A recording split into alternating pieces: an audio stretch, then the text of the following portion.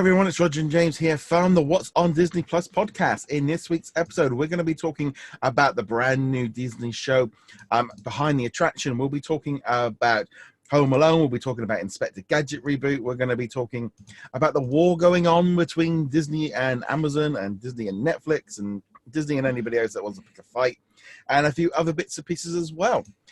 So before we go into any of that, just want to do a quick shout out.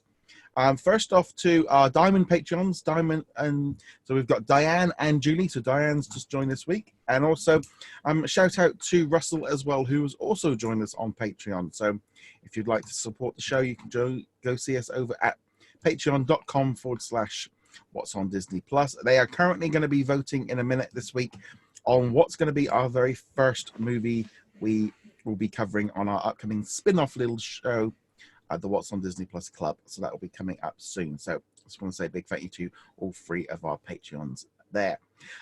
So as again, with a bit of housekeeping, make sure you do hit that subscribe button on YouTube or on the audio platforms. Go check us out, obviously, over at the website as well. Bookmark us, favorite us, whatever you do. And then you can also find us on Twitter and Facebook. So let's jump into, first off, before we jump into the news. So James, what have you been watching this past week? This past week, I went to the theaters and I saw the Fox movie Ad Astra. Oh, yeah, Ad Astra. No. I love space movies. Obviously, that's a thing. I'm looking forward to the right stuff being remade on National Geographic's. First Man was a great movie, stuff like that. I went into Ad Astra with minimal knowledge of what it was about, just that it had a very good review score on Rotten Tomatoes. I think it was in the 80s. Yeah. And so I was expecting, I don't know. I actually don't know what I was expecting, but I went in and there were some very good visual parts, like some rocket launches, some stuff on the moon, especially when they go over the Terminator in the moon, which is the divide between the light side and the dark side, the night and day Terminator, not Arnold Schwarzenegger, though that might have been more entertaining. Some stuff in Mars, things like that. But it was a movie that wanted to say something very profound. I don't know about what, space exploration, a relationship between a father and a son, broken families, work-life balance. I don't know, because it never actually gets around to making whatever its profound point is, and just like, cool, that's fine. And it kind of lost me about I don't know, halfway through, when they had a fight on a rocket ship while the rocket was taking off. And I'm just like, you guys can barely move, let alone have like an Inception style, like hallway, zero gravity fight. And I'm just like, yeah, you don't understand the physics of this at all. And I was very distressed to learn. I went home and like, maybe I can learn something about this. What was the intent behind this? And apparently this is a passion project for that director. He's been wanting to get this made for at least a decade, if not more.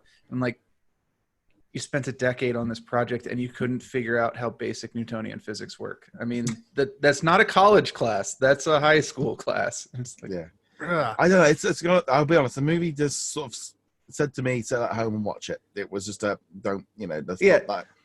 I was kind of hoping that it would have like some big visual spectacle moments that would make it worth seeing on the big screen, which is why I ended up seeing it in the end.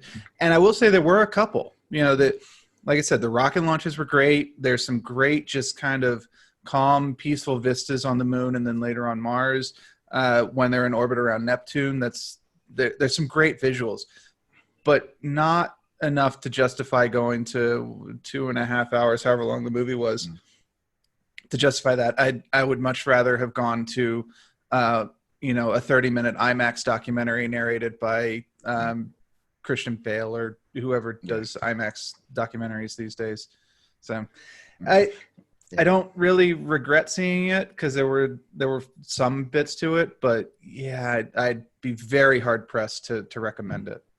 Yeah, I mean, by the looks of it, it's obviously in the US, it's going to have to go to HBO Max or HBO first before it can then be distributed either on Hulu or Disney Plus, whichever way Disney decides to float at that point, which we're looking at at least 2 to 3 years. So who knows where they are at that point. between two.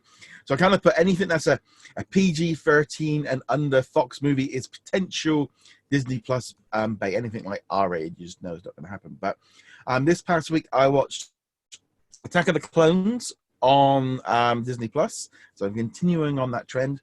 Also, a few episodes of Gravity Falls. And just not a huge amount. Unfortunately, my internet went out at home, so I'm having to wait for an engineer coming. So I'm on 4G. So we literally were laughing and joking with the woman on the phone about the fact that we're going to have to dig out the DVDs because we're so reliant on our streaming services. We would have nothing to watch. We had to resort to live television. We had to watch live television the other night with ads and everything. With ads and everything. It was like, it felt really weird. It was like it's fun because we do rely a lot on streaming television. Obviously, we're the What's on Disney Disney Plus podcast. We are going to be talking almost exclusively about streaming, but even so, even here at home, I've the movies that I watch the most, The Right Stuff, the original one, most of the Marvel movies, most of the Star Wars movies, a handful of others like Interstellar, which was Inception. I have them on video just because it's easier to do it that way. But yeah, it's like, I guess you're not going to be checking out whatever the new releases from Netflix are this week. And no, but a little bit like that. The only good thing was like yesterday is I did pick up the new Mandalorian Lego set. So with no internet, I did actually sit down for 2 hours and build a Lego set. So that kind of worked out good. But let's move on now to the news. So first off, we're going to do all like the issues with like Netflix and Amazon in a kind of a separate thing at the end. So first off, Behind the Attraction is a brand new series that's been announced from Disney Plus. Kind of went out through the D23, didn't go out through the usual channels. It's this standard thing that they keep sending things out through different channels to try and get some attention in different ways. So this new original series is called Behind the Attraction, which will include 10 episodes, each about an hour long, and will give an exclusive glimpse behind the curtain of some of the Disney's most popular attractions by speaking directly with the Disney Imagineers and the creative minds involved in bringing each of them to life. And it's being made by Dwayne the Rock Johnson and also Danny Garvin's Silver Bucks production. These episodes will feature a deep dive into the storied history of how these popular Disney attractions came to be and how they have redefined as a certain idea surface and technologies evolved. It'll also feature special interactions with the fans who lovingly obsess over every magical detail. No release date was announced for this one, but if this wasn't straight up perfect feed for Disney Plus, I don't know what was. This was the fact you've got The Rock doing it as well. No doubt, probably maybe influenced by the Jungle Cruise movie that he's currently building, maybe. And I also think it's a good idea that another company is making it rather than Disney themselves. Well, hopefully it's because Disney will give them, less restrictions on what they can show. I hope they do get to actually do some proper deep dives, not just glorifying the rides, but actually, talk about some of the problems they had to overcome and, troubles that they had along the way, even after launch, because not all the rides have launched, perfectly smoothly. And I don't want fix the Yeti. It still isn't fixed. I don't think it'll never be fixed. If you're unaware, there's an attraction, the Expedition Everest at the Animal Kingdom in Walt Disney World, and they had this big, expensive Yeti put in at the very top, but it's broken, and it's been broken for years, and apparently the only way to get it fixed would be to take the roof off the top of the mountain and crane it out. So all they added was some. Yeah, they added some light effects to make it look like it's moving. I think that's about it. Yeah. They're never going to fix the Yeti. But I would love them to talk about it, and not just say the Yeti is broken and then go on and say, well, but the rest of the ride is good, and we had this track feature where you go backwards for a bit. We know about that. I would like to hear about why they can't fix it. Not just we have to take the roof off, but like what about it is broken that means the only way we can fix it is to cart it off to a lab to fix somewhere else. I mean, in some ways, I'm hoping it's not too much of just, an advert for the newer rides. I mean, I'd like them to do kind of things like It's a Small World, Big Thunder, Haunted Mansion. Maybe the Jungle Cruise would make a little bit of sense. Well, and then do things like, I mean, I could see them doing maybe something for the new Resistance ride coming to Star Wars, or the Pandora one, the Avatar one. I could see them kind of integrating the newer ones with the older ones because they'll have a lot more information on those newer ones. But 10 episodes, an hour each, this is exactly what like theme park fans want, and it makes perfect sense for them to do so. Yeah, and at 10 episodes, I don't expect they would do this, but one thing I would like to see if this gets renewed for a second season or something is talk about some of the rides that don't even exist at the parks anymore. And I'm not talking about like the Maelstrom, which got turned into the Frozen ride over in Epcot, but just some of the rides that over the years they've had to remove from the parks to make way for other stuff. Because it is cool to have the advertising. It is cool to see, this is the history of It's a Small World. It was at the World's Fair and all that fun stuff. But yeah, show some of the rides that you can't go on anymore. Even if that is kind of like, sorry, honey, we can't go on that ride because they tore it down. But yeah, I am wondering if stories there. Sorry, I am wondering if they're going to do more than one attraction per show. I mean, I can see it on some of the classic ones, but an hour on each show on each attraction might be a little bit too much. Maybe if they split down a half an hour, do 2 per show, they've got enough attractions to do 20 attractions very easily. But I thought that was a rather cool little Disney Plus original. Also, just broke overnight before. Apparently Disney are working on a new live action version of the Inspector Gadget series. They're doing this live action movie entitled Gadget. Don't yet know if it's going to be a cinema or a Disney Plus show. Apparently, it is being written by some of the writers from Saturday Night Live, who are also working on the Home Alone sequel that's also going to be coming to Disney Plus as well. And apparently, that's all going to be about 2 adults basically at war with a kid from next door, or a kid that stole some stuff from them. So there's a little bit of the fact that they're writing a couple of movies at the minute. They're obviously seem quite in good stead with Disney if they're letting them have 2 goes. But yeah, we don't know yet if Gadget is going to be Disney Plus or a cinema release. But while I love the actual animated series when I was a kid, I used to love the 2 movies with Matthew Broderick. I wasn't so keen on. So a reboot, it's been long enough. I would have thought it's been well over 20 years since those movies came out. I don't know. I didn't watch them the first time around. I did watch the animated show as a kid. I loved the animated show. So if they can kind of draw on that, I'm perfectly fine. 1999. So yeah, exactly 20 years ago from the first. Now I seem to remember the second Gadget movie didn't even have Broderick in it. Did they recast him? Oh, I might be misremembering that. It might have been. Yeah, because I saw it pop up on Disney Life a while ago, but I never actually. Yeah, it was 2003, and yes, oh my word, yes, French Stewart. Wasn't he the guy from Third Rock from the Sun or something? That might be. That's it. Yeah, that's him. And yeah, looking at that looks definitely like a straight to straight to video. So we won't even include that one. Nope. But I'd be perfectly fine if they go back to the roots. They go with the original animated series. I know obviously you can't get Don Adams anymore, unfortunately, but something in tribute to him would be great. So yeah, I mean, I don't think that's a bad thing for them to reboot this one. That franchise has been gone for a while now. Also looking here, we've got we've got there was Bob Iger kind of confirmed, because he's been out plugging his new autobiography. He did confirm that American Dad and Family Guy would not be coming to Disney Plus. Now, I put this story up because I thought, well, a few people have been asking.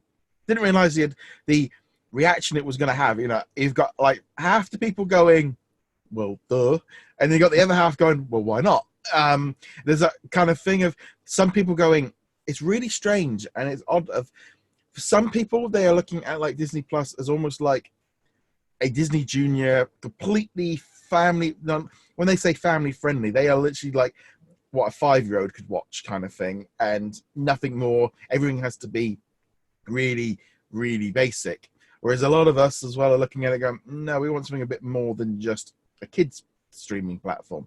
And there's this like really fine line between what a load of people like, and people go, no, it's course, and the Simpsons shouldn't be on there, and it's all, and Simpsons isn't right, and Simpsons isn't, and I'm like going, Simpsons isn't family friendly. It's like it's on at 6 o'clock in the evening during dinner time every single night for the past 30 years, and it's like the quintessential family time on television in the UK has been the Simpsons. It's like, no, that's about as family time you could get in the UK is bang on at 6 o'clock when everyone sits down to have their tea. It's like, I mean, if we were back in the late 80s, early 90s when The Simpsons first came on, it was very controversial. It was pushing the boundary, but yeah, these days it's very safe. I haven't honestly seen it since like season 9 or 10, minus a couple episodes here and there. So I can't speak to the quality now, but I am actually still going. I am actually planning on really kind of doing a proper. I really want to actually watch The Simpsons, because I probably fell off season 15. I probably haven't watched it properly for you because it's always been on Sky One at 7 o'clock, and they don't put The Simpsons on Now TV. You can stream it, but there's nothing on demand. So it's always been this kind of thing of the last 5 years. You've just not, unless you want to sit down live and watch it, you can't. So I'm really looking forward to actually having it on Disney Plus. Following like things like Family Guy, as far as I'm concerned, it's TV 14. Therefore, I feel like it's a thing of like, if you've made a rule of like nothing above this rating, then everything at that rating and under is suitable to me. It's like very clear cut of you either have a PG-13 movie or you don't have a PG-13.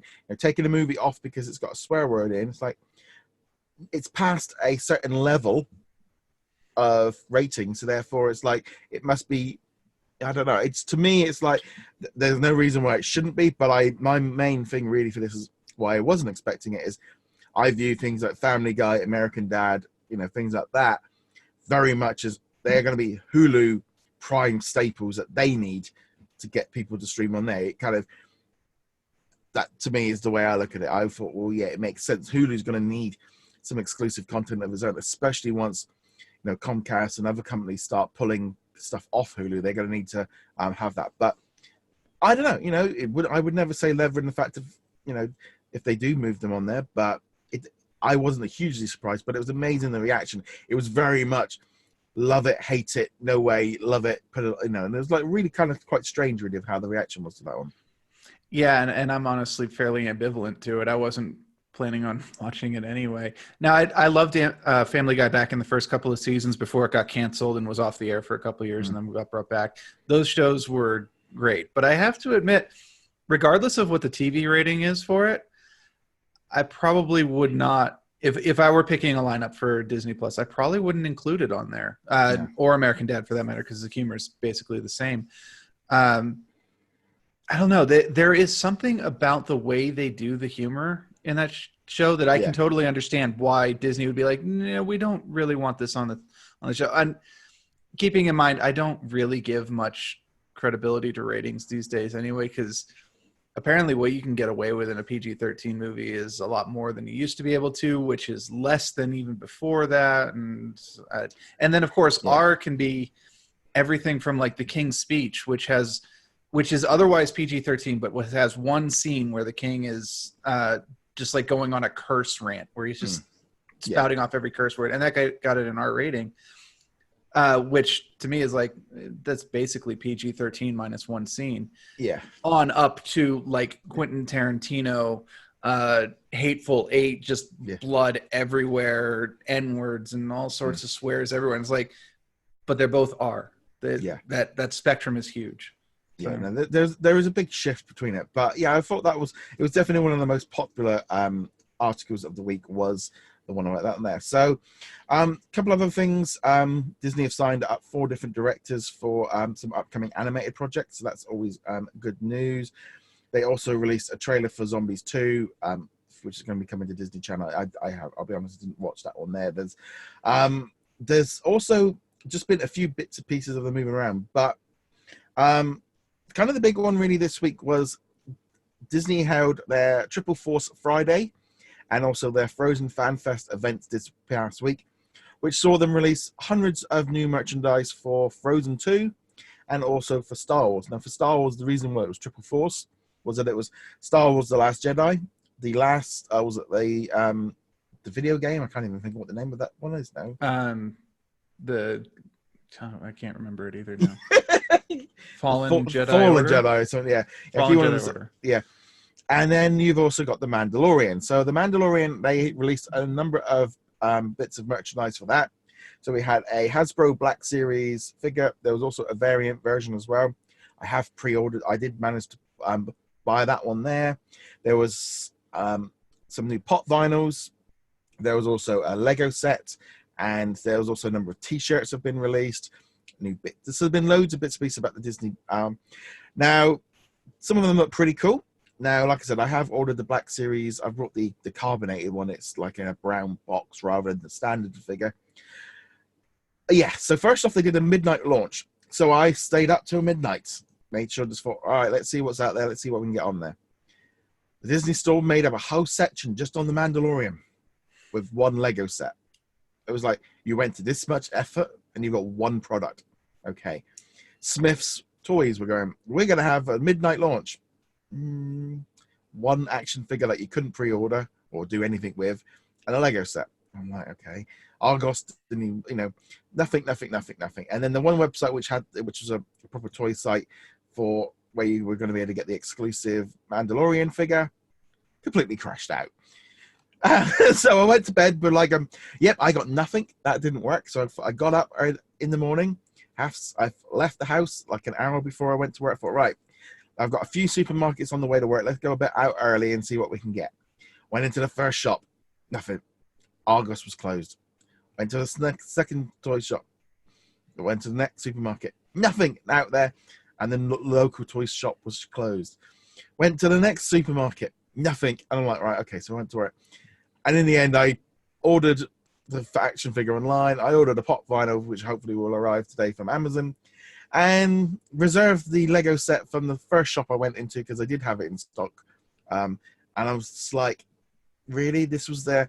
And then I got all these press releases about, people queuing up at Disneyland and New York and all these stores that were open and going, I don't think the UK got the message.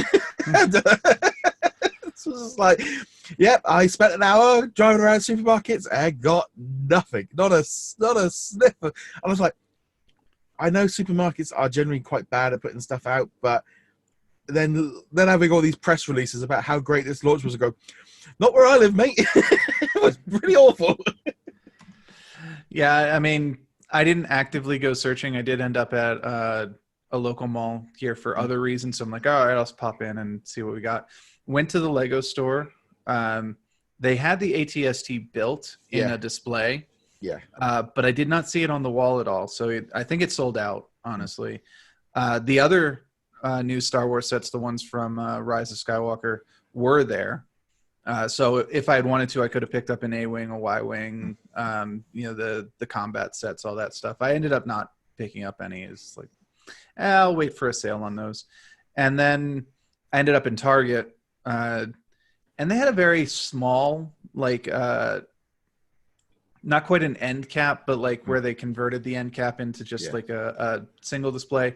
They had all the movies for sale on Blu-ray. They had the Legos, but again, the ATST was missing for whatever reason. And then most of the toys that were showcased on Diz Kingdom and various sites, didn't find most of them. I think the half Kylo Ren mask, the one that's basically just, that was out.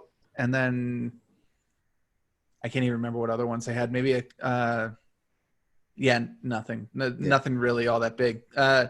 And I did check. I made sure, because sometimes they'll make a display in the middle of the store for big stuff. Nope, didn't have it. So I don't know if it'll be a proper weekend thing, they'll set it up for Saturday, Sunday, or if it's just kind of, it's there. Aisle 7 next to the How to Train Your Dragon toys or whatever. So apparently over at Disneyland, they hardly had any figures. They hardly had any Black Series. They didn't have any of the pops. And apparently there was a lot of people that were upset over at Disneyland at the downtown Disney area because people had been queuing up for midnight. They all went in there, and all the stuff people were after wasn't there. So there's been a lot. I also think they released too much. I think doing that. I don't understand them doing Frozen and Disney on the same, and Star Wars on the same day. Looking at like you go onto the Disney Store's website or anything like that, you had the whole site was flipped 50-50, and therefore you're diverting the attention. The other problem as well was, I know I saw one of the YouTubers, Super Sorrow, talking about this, of like, he said trying to get into the Disney Store at 9 o'clock in the morning with them also doing the key ceremony and with all the Frozen stuff. It was just going to be a nightmare, because you were having two completely different fandoms coming in on the same time, and that was probably not going to work, because you got all the Frozen fans going and picking stuff up as well. So very mixed results. I have seen people posting stuff, but everyone's been a little bit more cautious of what they've been buying. I think the Mandalorian lines were quite good. There was also a Jawa that was a Black series, so we've obviously got like an off-world Jawa is going to be a character in the series. But yeah, it's been a bit of a little bit mess. It's the trouble is with the Mandalorian, no one really knows too much about it. So the extra characters and stuff, no one really knows what's going to be going on with those. I did pick up the ATST. I built that last night with the internet being out, so I'm going to do a video for that one coming up over the weekend, showing off that set in its full glory. It was quite fun. It took me about 2 hours to build, so that was good. Yeah, and it was this kind of thing of like, yeah, okay. I mean, they've also announced some Hot Toys this week. They've and that figure looks great, but it's probably only about $250-$300. But again, it's like, you need, to be honest, this probably would have all been better out coming out on November the 11th. It would have been the hold the Mandalorian stuff, but tying it in with the video game and all the rest of it. They were just sending out too much messages all at the same time. I have to wonder, like, how much they actually planned this, because my impression, even when they first announced it, was like, oh, this is only a couple of weeks away, and they're only announcing it now, and nobody seems to be carrying it all. There was some buzz like when they announced it, but it faded off pretty much immediately. And I'm just kind of like, was this some sort of snap decision that a marketing person was like, we need something, because there's this big blank spot here in September and October before Disney Plus comes out and Rise of Skywalker comes out, and like, all right, we're gonna do Force Friday, triple Force Friday, and then no one ever really just kind of fully worked it through. I don't know. That's just speculation, though. Well, as we know, they always did like Force Friday, usually in like September or April, before the movies come out. I think the trouble is with Rise of the Skywalker is you've got that coming out 3 months away. Most of the characters, either A, you don't know who they are, or B, they're just a reskin of what you've already got. The video game, again, isn't out till pretty much 2 days after Disney Plus launches, so nobody knows those characters. So again, they're just going to sit on the shelf. They aren't going to make a buzz because we don't know much about those characters till we play the game. And the Mandalorian is going to suffer from the same thing. The Mandalorian looks cool. One of the interesting things about the Lego set now, he doesn't have a face underneath the mask. It's just a black head. So the question is he actually going to take the mask off throughout the whole movie or through the series, or does he keep it on? I'm not going to put too much on that, because it's hardly the first time we've had a Lego where they're just like, whatever, you're not going to see the face, here's a black plate. But we normally don't get it for named characters. Like the old Stormtroopers had it, I think, little battle ready troops that don't have a personality tend to have it. I guess the question would be like, if you go to like the Black figure series, the actual action figures, can you take the helmet off of those? And that would probably answer it. I mean, the main thing would be, as we've seen with movies like this in the past, is if you've got a name actor, somebody that people recognize, they will find a way to get that helmet off, just to remind you, hey, we paid some money to get this guy. You might recognize him from Game of Thrones. He's right over here. I hope they don't, because I think that makes the character so much more interesting. I don't know. I would actually prefer it to just be, the anonymous Mandalorian, never properly getting a name. But I'm just remembering the original Spider-Man movies from the 2000s, and again, the Andrew Garfield is like, every excuse they had. It's like, Hey, remember it's Tobey Maguire under the mask. Hey, here's Andrew Garfield. Always. The one that always stands out to me about that was Judge Dredd with Sylvester Stallone. I mean, I used to read Judge Dredd comic books. You know, it's a British comic book. It was available in this, and then it's like he only had the helmet on for one scene. The rest of the movie, he never had it on. It's like, no, you're not Judge Dredd then. You can't. That's who in the comic books. He never took the mask off, and you've got never had it on. To be fair, that is just one aspect of the movie that has nothing to do with the comics at all. You have an entire other hour and a half of nothing to do with the comics at all. I mean, I actually really enjoyed that movie, but like in a this movie is so bad it's entertaining way, you know. I think in Dredd, no, it was the opposite. I don't think he did take it off. No, I think there was like one or two scenes, but it was more like an explosion happened and it got knocked off or something rather than him going, hey, I'm Carl Urban. You might remember me from Star Trek. I was like, no, as opposed to Sylvester Stallone. Honestly, the first Judge Dredd movie shouldn't even be called Judge Dredd. It should be called like Fudge Med or something like that. You know, it's entertaining in its own right, but it has nothing to do with Judge Dredd. No, but nevertheless, so that is the Mandalorian's helmet. So let's now go into kind of our sort of main bit. Really was Disney started the streaming wars have started to pick up a little bit more pace this week. There's been a little bit of things. So first off, according to the Wall Street Journal, actually they've had a couple of big things this week. Disney are not allowing, they've banned Netflix from doing any adverts on their television networks, including ABC, Freeform, National Geographic, FX, Disney Channel. However, they are letting them run on the ESPN network, probably because they still need the money.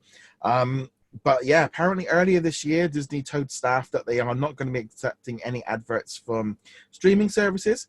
However, in a statement, Disney said that the direct-to-consumer business has evolved, with many more entrants looking to advertise in traditional television and across our portfolio of networks.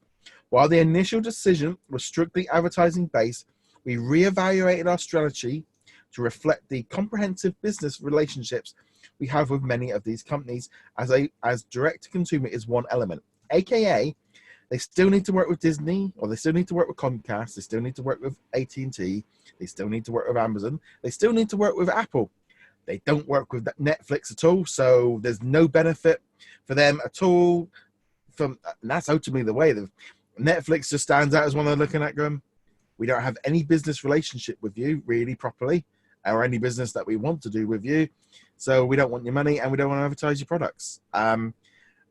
Amazon Prime, etc., things like that, you know, they've just literally just this past week announced a deal with Amazon in Latin America where they've had all the Disney movies and Marvel movies added onto Amazon Prime because they won't be launching into Latin America until 2020 or about October, November. So they've literally only this week announced a deal with Amazon.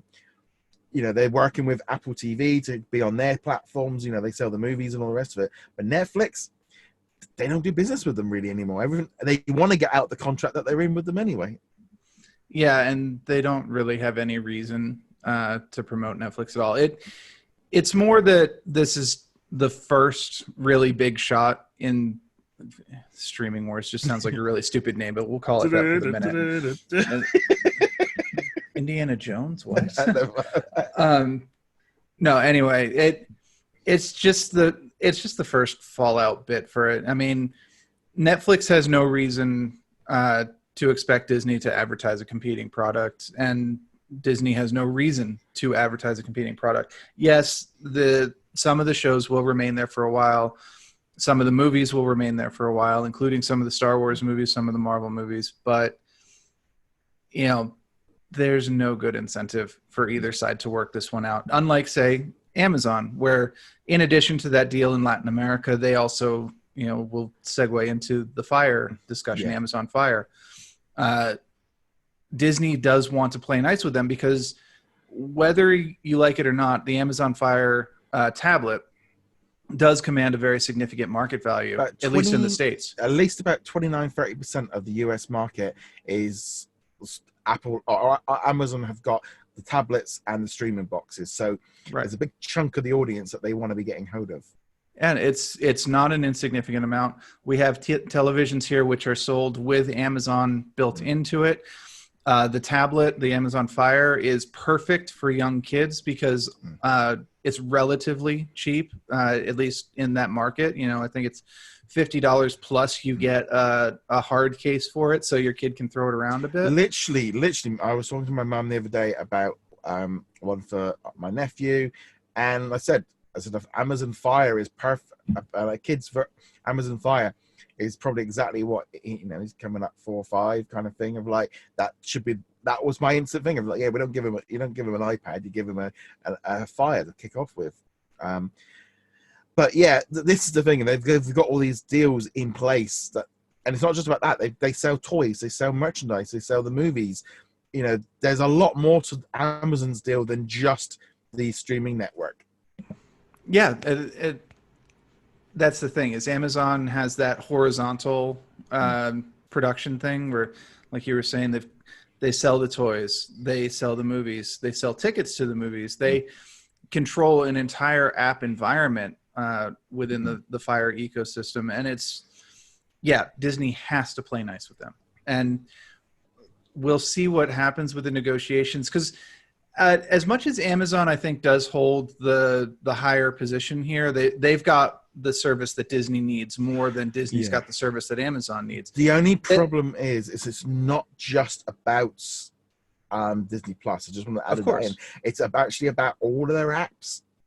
So it's like, because apparently Amazon want a certain percentage of the advertising on those apps. And of course, we're not talking here just Disney Plus, Hulu, ESPN Plus. We're talking mobile games, things like Contest of Champions, and these massive, great big apps that are big. And Disney going, yeah, you can have 10%, and they're going, we want 30%, and they're gonna.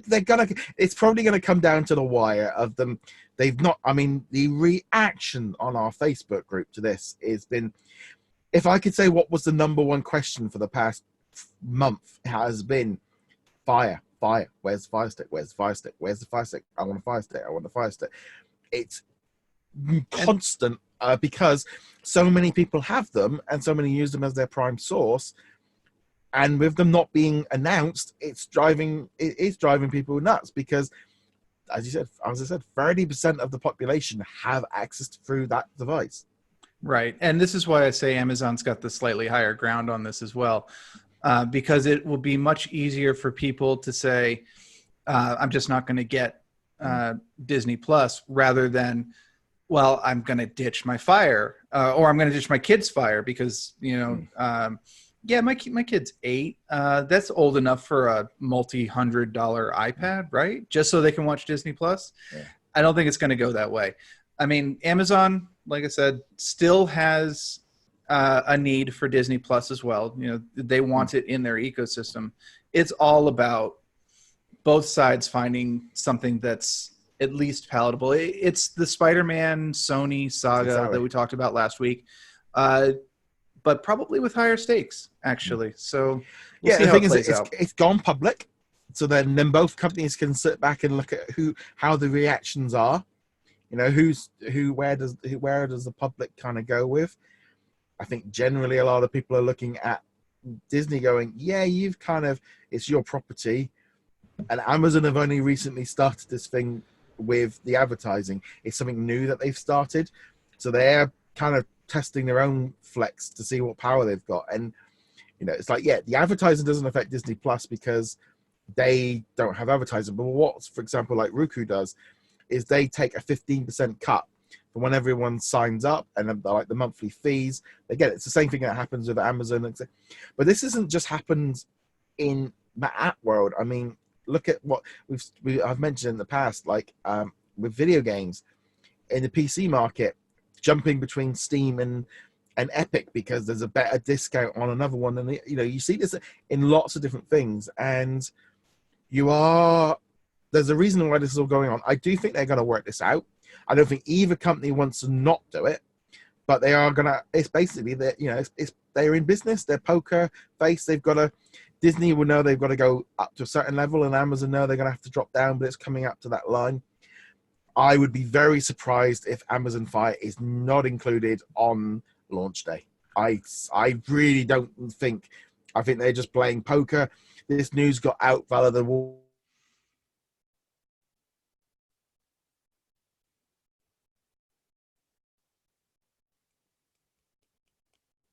and they want to. Both companies want to fix the issue. Yeah, I mean, it's in both companies' interest to get this done.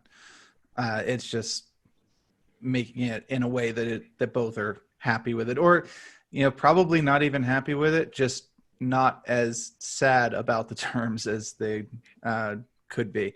But yeah, it'll come down to the wire. It could even go like a week or two past, but at some point this will happen. Amazon needs it to happen. Disney needs it to happen. It will happen. Yeah, and also it's that kind of fine line between who's got the way of going forward. Of like, if Disney turn around and go, well, Apple won't agree to our terms, and Amazon go, well, they won't agree to our terms. Who do the people side with? And the trouble is, Amazon haven't exactly got the best reputation either of being the big bad sort of bully of the world.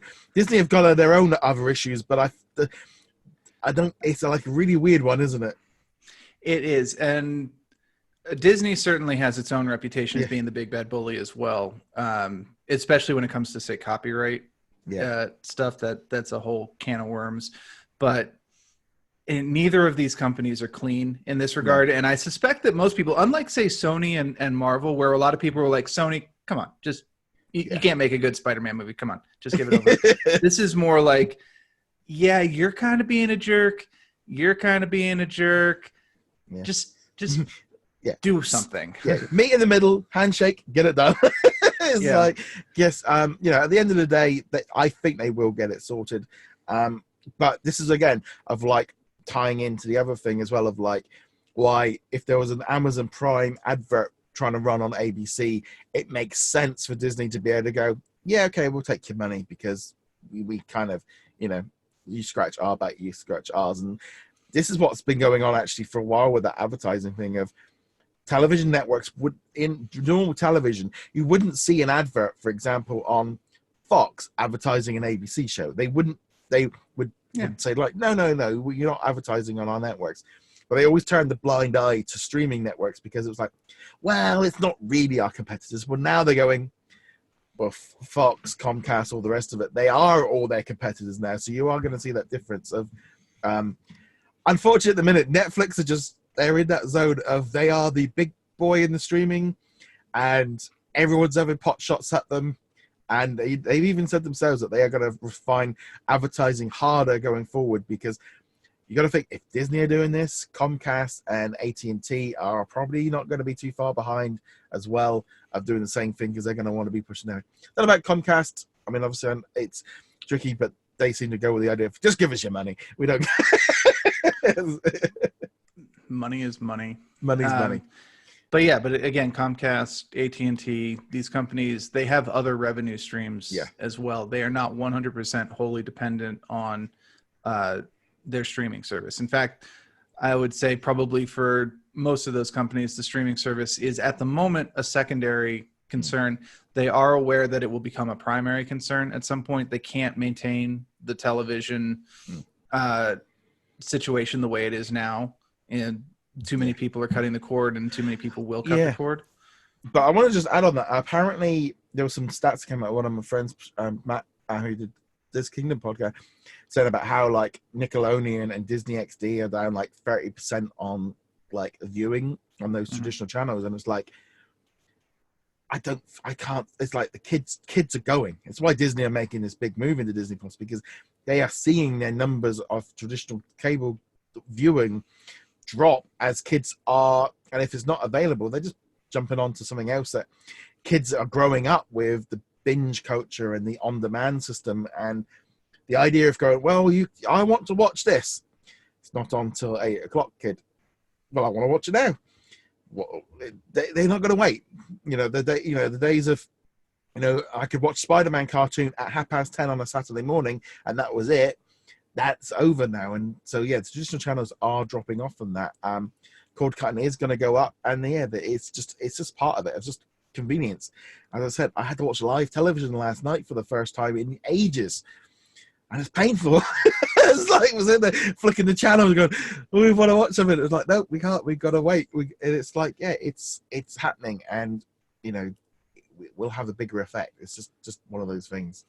And it's also worth keeping in mind that children, especially young children, do not mind watching the same thing over and over and over and over again. Just ask all the people who have Frozen songs stuck in their head from hearing the movie just so many times, or The Lion King for our parents and stuff like that. And so the kid doesn't care if you only have like 4 episodes of something on Netflix or Disney Plus. Yeah. They'll watch those 4 episodes repeatedly. It is funny with all these like negotiations. I think because I've just watched Phantom Menace and now I've just finished watching Attack of the Clones, like, negotiations haven't begun. It's just like now there's 2 of them. Yeah.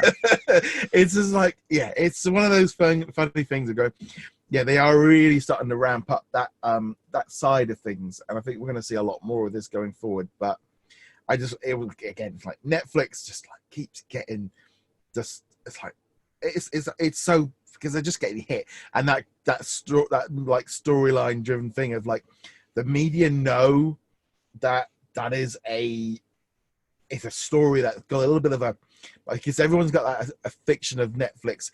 You've either got people moaning about the fact of I don't take everything away from me, because I mean, it was funny because Casey did an article over on the What's on Netflix website earlier, I think last week, about all the different studios, about, you know, the current deals with Netflix, and it was reading it like going, they've taken their stuff away, theirs is going, I was like, I'm going looking, I go, crikey, there's not going to be a lot left.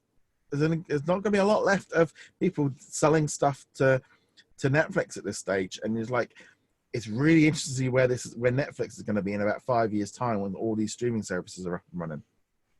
Yeah, and then they spent a ton of money on, what was it, Seinfeld, I think it was, to get that.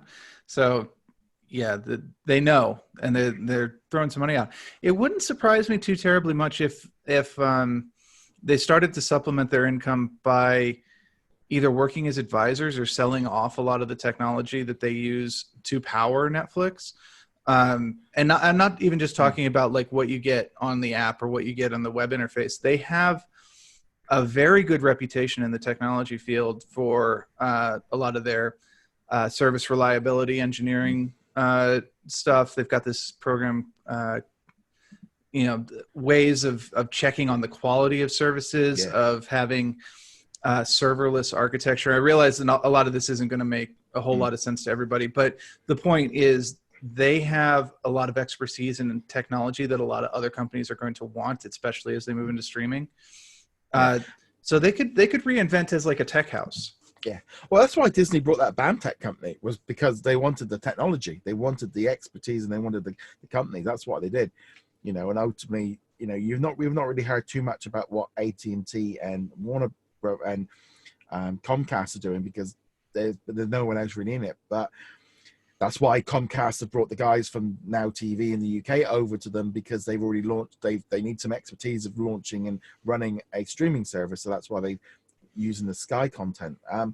But yeah, it's definitely interesting to see where they're going with all of this stuff. But yeah, it's certainly been a lot of contract news this week. I wasn't quite expecting it, but a lot of people are jumping around a bit.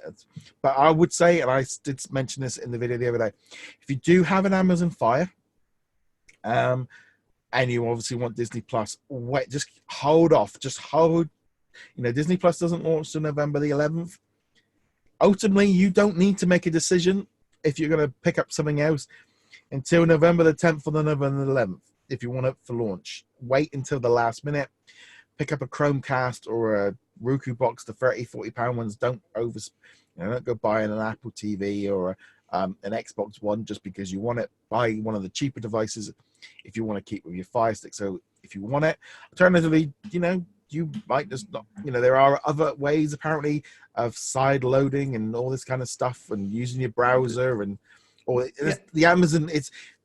I see this coming up a lot. I have a Fire Stick, but I don't I only use it for Disney Life, so I don't tend to use it for much. But I would say don't make a decision now. We've still got over a month left. Let them do the negotiations.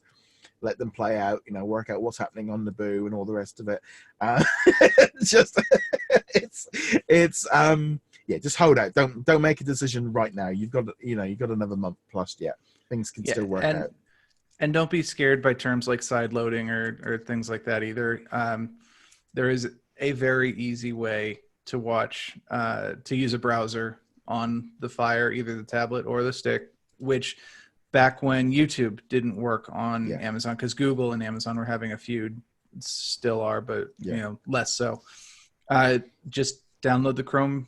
I think it was the Chrome browser. It could have been Firefox. It's on the Amazon store. It's not illegal. Yeah. It's provided by them. All you have to do is download it and point it at DisneyPlus.com. Should work. Yeah. Well, that's the thing. You should be able to use the browser because in the Netherlands, you can log in on the browser and watch stuff there. So that should all be fine. The only reason I'm doubtful with browser stuff is because on both my smart TV, my PlayStation 4 and Xbox, whenever I try to use a browser, like web thing, it never works properly. So hopefully they're pretty much junk. Because they don't expect people to use it, so they don't put much effort into it, and why would they? But if nothing else, that should work for Disney Plus. But hopefully we won't have to. Hopefully the app will pop up on the store. They'll work out whatever their disagreements are, get the contract signed, and we'll be good to go. Yeah. So also this week, Disney released a brand new trailer for their upcoming series, Marvel Hero Project, which is going to be available on launch on November the 11th, and then a new episode will drop each week. This one here is kind of a feel-good documentary kind of thing where basically inspiring kids get their time in the superhero spotlight as they work with communities across the country. They are working on a number of different bits and pieces. So in every episode, each outstanding kid will be surprised to find out they've been immortalized as a Marvel comic, or in a Marvel comic, which will be available in the free Marvel Unlimited and Marvel Digital comic book stores, and as a brand new superhero, putting them against the ranks of the Marvel heroes that they love. The trailer things, it was very, I would say, quite emotionally driven. It was kind of quite, in some ways, a bit soppy. There was that kind of thing as well of the trailers. The reaction I've seen from people has been very positive. People talking about crying while watching it and being very lifted. There's also the other thing as well, going, wow, this is really American. I, as a British person watching it, was a bit like, oh, this is too much, like, I don't like these kind of TV shows. And I'll be honest, I'm not very good when it comes to these kind of sub stories, things and it's just not my kind of content. I don't enjoy watching these kind of, there's a number of TV shows my wife will watch and we don't watch together because I can't do them. And it's just how I am with these kind of TV shows. I don't, it's really difficult because, it's that kind of thing of, I know that, these kids and stuff, they all deserve it. And, and I know the companies are doing it because they think, but my cynical mind doesn't like the corporations, what they're doing with it. And I just don't enjoy it. And this series for me was just like, oh no, I'll probably watch the first one just to make sure. But yeah, I've got zero interest in this series. This is exactly the kind of stuff that it feels more like an infomercial, and I feel good. And my cynical mind just looks at it very much like, it's not against, and then this is again, it's not against the kids or the bonds or anything. It's just about how the companies use them to manipulate viewers. And I'm really right. And it's not very good. It's like X Factor and all the rest of it. All the bits in between the music bits, I just could never stand it. Yeah, and I understand that. It's not my kind of show either, but that's more. I prefer a little bit more substance to the shows most of the time, not always, but I do get it.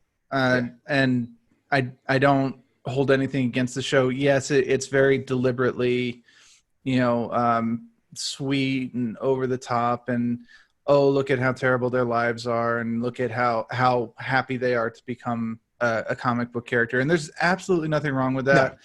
No. And I think there is a place for that just kind of unabashed corporate wholesomeness, because it's definitely Marvel and Disney going, look how great we are, we're making these kids' lives better. But at the same time, you know what? Regardless of the motive, they are making these kids' lives better, and that's what counts in the end. Yet, it's like the same argument of with the philosophical argument that there's really no such thing as a good deed. Everything you do, from you know, Seinfeld. you give the homeless guy some money because it makes you feel good to have done it, and it's just like, so what? You still made that guy's life better, whether or not it's inherently a selfish desire. At the end of the day, it doesn't matter. So yeah, it's very blatantly manipulative, very blatantly self propaganda. I can't think of the word I'm looking for, but the self-inflating by them, but the end result is still something very good, and I'm perfectly fine with that. And I'm cynical too, so I don't know that I could watch it without going, but at the same time, I think for people who can watch it straight in, I think it'll be a very good show for that audience. It's another thing that they add to the lineup. And if you just need maybe a little pick-me-up, a little feel-good in your life, even if it's corporatized, here you go. Here's the show for you. It's one of those things, like you said, the kids involved in it, it's good, and people doing it and all the rest of it. It's all good. They are doing a good thing, and the kids that, and I love the fact as well that they're putting them out on Marvel Unlimited and digital ways so that you can actually see these comics, so people can read them stuff. It's just like I said, my wife says, like, you don't. It's like, when there's things I just really I'm not very good with. It's like, and there's a number of TV shows that are on, and that whole thing of like, doing something up for somebody and surprise. It's like, I don't like that whole type of show. It's just something I've never enjoyed, and it's not even in regard to just like Disney or anything. It's just like, I don't enjoy that kind of content, full stop. And like I said, I am probably too cynical about the fact of just, I'm looking at it going, this is just, it's the people that are doing it for, it's great. It's just that thing of, from the company side of things, and the celebrity that turns up and does this thing, it's like, you're only doing it, I don't know. It's just, I'm very, and this show just was just like, oh no, I can't do this. This series is just not for me. It's like, I can't do a review of these shows because I'm not going to enjoy it. And I know that coming up, and it's probably one of those things of, ever since I heard about this series, I knew I was going to be in that camp of going, this is just not for me. I think, like, I know, like, for example, Encore, they're going to go back and do a series where they go in, they recreate their high school things, and they're all going to have, feel good moments and all the rest of it. But that I kind of look at it a little bit differently, because, they're all adults and they're all having a bit of fun, and they're just putting on things. Whereas this one is like, the minute you get kids involved, it's like, oh, you're playing on the heartstrings even more. And I don't know. It's just one of those things, and I'm just being honest. It's just not for me. And if you enjoy it, that's great. I know, like, whenever these things go on in my house, and my wife and the in-laws and stuff, they all watch these kind of things and they love them, and they're crying away to them, and they just look at me and they go, and they just told me, you're too hard. It's just why it's like it's just the way I am. I just do not like those kind of shows, and but it's just one of those things. Yeah, I mean, I try not to be too cynical about it, because it even with the corporate backing behind it, I think their heart is in the right place for it. And I also think as well is it's not just that. This is again a cultural difference between like America and England, because I think what the Americans have when I watch like trailers and adverts and stuff like that, you have a much higher threshold than like what the UK will do, like in terms of how they promote it and things like that. And there was some comments on the trailer about going, this is really American, and it's like, we don't go to that next level. You guys go such a higher level than what the Brits would do in our TV series and stuff. So then we've got that. There's a cultural difference as well. No, yeah, we do love our melodrama. I'm going to grant you that. But yeah, we'll have to wait and see how it is. It's also possible that the trailers are really ramping it up, and the show is actually much more grounded. We don't know. But yeah, And even if it isn't for us, one of the things is, as a reviewer of all sorts of things, we watch things that aren't for us all the time. Like we're probably going to watch High School, the musical, the musical. We know we will watch it. I will probably roll my eyes through most of it. But at the end of the day, I'll be like, I should be able to say, you know, it's not for me, but it's still really well done. So if you like High School the Musical, then it's really good. Yeah, or alternatively, no, this was trash all around, and even if you like it, you should stay away. Well, this is the thing with reviews. With reviews as a whole, everyone has their own different opinions, and it drives me up the wall when I watched, like, for example, the BBC, when they'll do like their movie show, and they'll bring some person on, or they bring the presenter on, and he's loving some art flick and some like dramatic thing that the minute the movie that everyone's actually going to go and see and want to watch, he hates, can't stand it, doesn't like it, doesn't want to do it, and you should all go see this art house French subtitled movie instead. And it's that kind of thing, like, no, I mean, like this past week, Martin Scorsese got blasted because he's like completely just trashing superhero movies, and I literally I had a look at his list of movies and go, honestly, mate, I didn't like any of yours, so it's like your name's attached to it. I ain't gonna watch it because I can't stand your stuff. I don't like it. It's just not for me. I'd much rather sit through. I've sat through every Marvel movie. I've sat for a few of his movies and just said, like, no, you're not for me, mate. But it's that kind of thing of the reviewers will love, you know, The Irishman, but they, oh no, I don't like, you know, Transformers Bumblebee, you know, that kind of thing. Whereas honestly, I'll be there going, I prefer watching Bumblebee to watching some movie about. It's like it's just personal taste.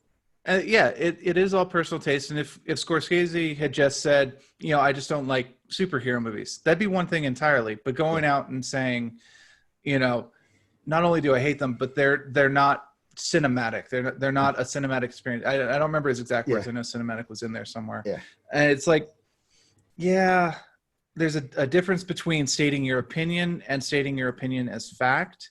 And that's kind of a contradiction in terms. And, you know, it goes every which way. I like several of his movies. I think The Departed was great. I think Goodfellas is one of the best crime movies or mafia movies. I'm really looking forward to The Irishman. And he's entitled to think that there's not much merit to the movies. And actually, there was a quote from him that I thought was appropriate where he compared the Marvel movies to going to a theme park. I'm like, actually, that's a pretty good way of thinking about it, because, you know, it's a pretty set experience. You get the ups, the downs, the whatever the movie's trying to get you to do, and then you buy the merchandise and you buy too much sweets and they're very expensive. and maybe you get nauseous at the end because the moralization is a little too heavy-handed, whatever. And but you're even going, I'm going back. I got back in line and watched it again, or I rode the ride again. It actually works really well as a description for it, but that does not take away from the legitimacy of them as movies. And you get into this very slippery slope eventually of like, well, what is a movie? It is the thing that I shot at home where I was watching my cats fight over a yarn ball. Is that a cinematic experience? Yes or no? I'd probably err towards no, but there is actually a legitimate line of thought that's like, you put on a movie, there was framing, there's lighting, there's all this stuff. It's a movie. And then even more than that, you start going, well, is Joker a movie? Is Batman versus Superman a movie? Is, Meet the Parents a movie? Because it's, a very different flavor from Goodfellas. And there is probably nobody in the world qualified to actually answer that question. Not art historians, not curators, not movie people. Even if Roger Ebert was still alive, I still wouldn't let him set the definition for what it is. So I don't know. It's like, also, I mean, recently you've had other ones like Steven Spielberg, talk about superhero movies and streaming, and it does feel a little bit along the lines of some of these older ones people that are looking, they look down on the big blockbuster stuff and like, this isn't what, we want to be making art and all the rest of it. Because I was having this conversation with a member of staff this week, about Steven Spielberg movies, because he was excited about the West Side Story. And we looked through his list of previous movies, and I'm going, he was like, great. And then he just hit a point where he, like, the movies that I was like, oh, I didn't like that one. I didn't like that one. That one was all right. And there's that kind of thing of, yeah, you know, he started going in one direction and getting well down his thing, and then unfortunately the rest of the world went in a very different direction from him. Because you think of Spielberg with the amount of massive, big blockbuster hits he had in the 80s and the 90s and the 70s, and then you look at like his movies from the noughties and stuff, and you're going, oh, you weren't where the people were going. You were going in a different direction from them. And you know, I think like, yeah, apparently like Scorsese's Irishman, it's like, yeah, it's a good movie, but the fact that it's on Netflix first instantly then sets it to other people going, oh, well, you like it and then you don't like it. It's a bit of an odd. You want to be in the club, but then the minute they give you some money, you're willing to take. And there was that whole thing too a couple of weeks back with Netflix not being allowed at the Oscars, and Yeah.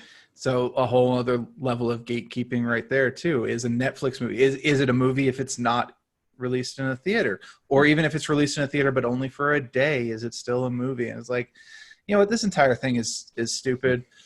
Enjoy what you want to enjoy. If you want to enjoy the Hero Project, enjoy it. Absolutely enjoy it, and it's fine.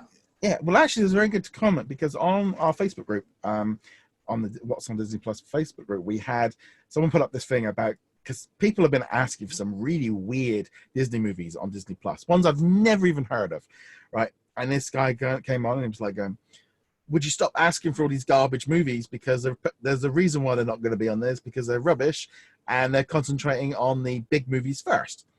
And I'm just like, am I going to let this one go? And I'm like, he's having a bit of a dig, but at the same time, he has a point, but he's done it in a way that I kind of thought, yeah, let's let him let this one go. And it's that same thing of people going, what you like isn't what we like, and what I like isn't what you like, and everyone has got this different thing. And the comments were all along those lines, really. And they're going, yes, some real random movie from the 70s might not appeal to everybody, but it appeals to some people. And just because they like it doesn't mean to say that you have to. And Disney are going to prioritize, yes, Avengers Endgame is going to get much more priority over a 1960s movie that no one knows about. It's just reality. But it doesn't mean to say that 1960s movie isn't going to appeal to somebody. And also nostalgia glasses and what you grew up, and you might have had access to a VHS tape that most people didn't. I mean, I had an access to some random Chinese movie with fighting robots. I can't even tell you the name of it, but I watched it so many times. That's because I had access to it, and it was awful. But I would, if it came on again, I probably would sit for it, because I'd want to see what it was like again. But that thing about garbage and trash and not liking this and you're not liking that. And there is, again, it goes back to even what we were talking about, like with Family Guy earlier, of people going, that's not for me. I don't want to be that. I don't want to see this on there. It's like, it's not, and not everything on Disney Plus is going to be for you. You don't have to like everything. I know it's that kind of weird thing of like, well, I'm paying for this, I should enjoy every single aspect of it. But no, it doesn't. They're trying to please, ultimately, they're going to be trying to please like 90 million people. There is going to be that crossover of going, yeah, I didn't like that, I don't want to watch that. It's when they get to the point of like going, if too much of it slides to the fact of people going, I don't like that, that's rubbish, that's so good, that's when they have to watch it. But there are many massive movies and TV series that I don't like that you might like, and vice versa. And that's just the nature of these beasts. And that's what the streaming platforms are based on, as a choice, rather than just being told at 7:00 you're watching this. Yeah, it's fine to spread your opinion. I liked this, I didn't like that. I thought this was garbage, I thought this was great. These are the reasons why. But don't attack other people's opinions, because their opinions are just as valid as yours. We are talking about something that is entirely opinion related. Even the worst movie ever has people who like it. And the greatest movie of all time, there are people who look at it and go, yeah, no, I didn't enjoy that. It was too long. It was too boring, too preachy, too whatever. It didn't appeal to me. Yeah. Maybe I just don't like it because it's very popular. Plenty of people do that. Yeah. It's not a really good reason, but it's still a valid reason. Yeah. Hey, you can hate or love a movie for whatever reason you want. And the other great thing about it is we all have different movie histories. Like you were talking about that VHS tape that only you got because your parents or somebody actually recorded something and it showed up on TV one time, and that's it. That's the only time it was ever aired, and you've got the recording of it. No one ever heard of it, and that's and then you've got that show, and I've got a completely different show that if I mentioned it, you'd be like, "What are you talking about?" Yeah, and you can have this conversation with anybody in the world. I guarantee you will. Go ahead. I was going to say the difference as well, being around the world. You know, we're all so much more connected. You know, there's like I said, we're having this conversation on Facebook group. You've got people chiming in from different countries that have had different, you know, we've all had different content access as well. Things are changing now, we're much more globally done, but you know, there are cultural differences between countries of what's popular, what isn't. You know, certain things that you guys grew up on, I didn't grow up on, and vice versa. You know, like Snoopy, for example, is a prime example of a character which, in all honesty, was never really a big thing over here in the UK. Whereas I know in America they have a massive a thing for it. You know, if you don't like Snoopy, you're a bad person. I'm just gonna. It's not so much like don't liking it. It just was not a. It just wasn't a well-known character. You know, there are. You know, when I talk about the Beano and the Dandy and Dennis the Menace and Desperate Dan and stuff in the UK, that's got a much higher threshold for a certain age group. Nowadays it probably doesn't, but you know, there are different TV shows that we grew up on and the influence that, you know, the BBC. I hated the Dennis the Menace TV show growing up. Yeah, but that was the problem, was the one that you had, Dennis, with the black and white dog. Your Dennis the Menace was completely different to our Dennis the Menace. We had a, you know, he was black stripes, black hair, had a dog called Nasher, and was really quite nasty. But your one with Mr. Wilson next, was it Mr. Wilson next? Yeah, it was Mr. Wilson. It was Mr. Wilson. It was completely different. It's a completely different character. But there again, I hated him. He was so annoying. Yeah. But there again, that's again the differences of cultural upbringing and different content of, you know, I can say Dennis the Menace movie. If they say like, oh, we're making a Dennis the Menace movie, the UK will have a very different view to America, just based on that one word. Yeah, and there are plenty of other ones like that where what we grew up with are different, and you can do that again, as you were saying, with just about every country in the world. Even like me and yesterday, my wife, she was flicking as we were flicking through the TV. She goes, "Oh, do you remember this?" I'm like, "Watching it? No." "Yeah, you must remember it." I'm like, "No, I don't know what this is." She's like, "No, you know." And it's like, I said, "Well, what is it? Just tell me." Love Boat. So I never watched it, and she's just like, "You never watched it?" It's like, "No, I've got this show." I said, "It just didn't." I know, like in America, obviously that is a major show, but never seen it. I've never seen it either. I know the show. I've never seen it. But you can have that conversation about anything, because, you know, we'll be at work and someone will be like, "Oh, did you catch Walking Dead?" And I'm like, "No, I don't watch Walking Dead." "Wait, you don't watch Walking Dead? What?" Like, no, I'm tired of zombies. I don't want to watch The Walking Dead. Yeah.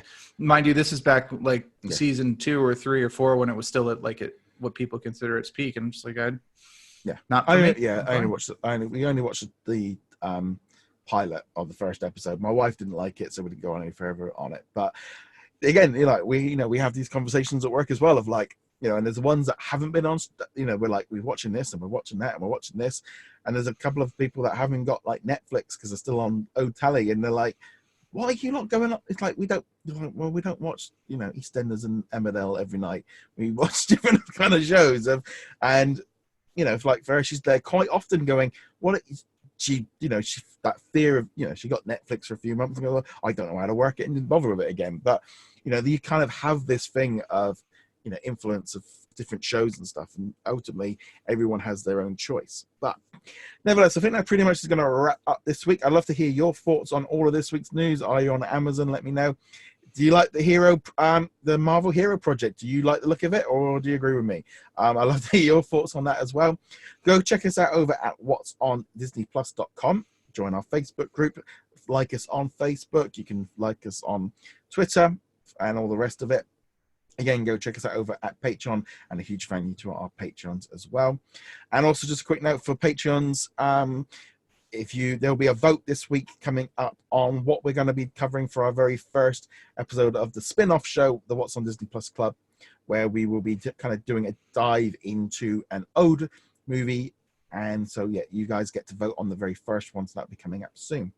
And we shall see you guys in another video. Laters.